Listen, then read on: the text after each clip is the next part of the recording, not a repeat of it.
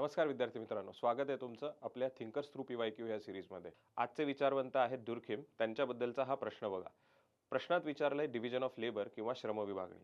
Durkheim यांचे श्रमविभागणीचे विचार हे थोडे वेगळे आहेत। दुर्खिमच्या पूर्वी ॲडम स्मिथ असतील किंवा मॅक्स वेबर असतील किंवा इतर कोणी लोक असतील, त्यांच्या मते श्रमविभागणी जी आहे ती व्यक्तीवर अवलंबून होती।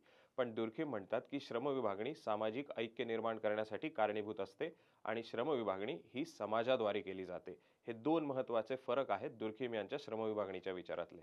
आता ते कसं त्याच्याबद्दल बोलू की दुर्खिम म्हणतात की पारंपरिक समाजामध्ये संसाधनांची उपलब्धता कमी होती आणि श्रमविभागणी ही अत्यंत साध्या पद्धतीने होती, कारण आकारमान पण कमी होतं आणि त्याच्यामुळे संघर्ष करणं शक्य नव्हतं, कारण संघर्ष केला तर संसाधनं अपुरी पडतील आणि म्हणून श्रमविभागणी ही अत्यंत साध्या प्रकारची होती।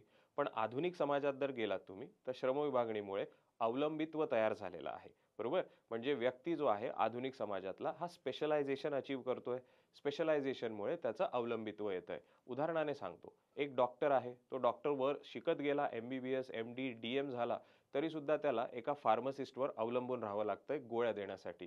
हेच अवलंबित्व आहे आणि ह्या अवलंबित्वामुळेच श्रमविभागणी होते आणि ह्या अवलंबित्वामुळेच तुमचं सामाजिक ऐक्य देखील निर्माण होत असतं आणि संघर्ष हा टाळला जातो आणि त्याच्यामुळे अराजकता माजलेल्या समाजापासून ऐक्य निर्माण होणाऱ्या समाजापर्यंत ही श्रमविभागणी महत्त्वाची भूमिका पार पाडत असते, कारण श्रमविभागणीमुळे अवलंबित्व येत असतं। तर ही आहे श्रमविभागणीची संकल्पना दुर्खिम यांची। आय होप समजलं असेल। Thank you so much.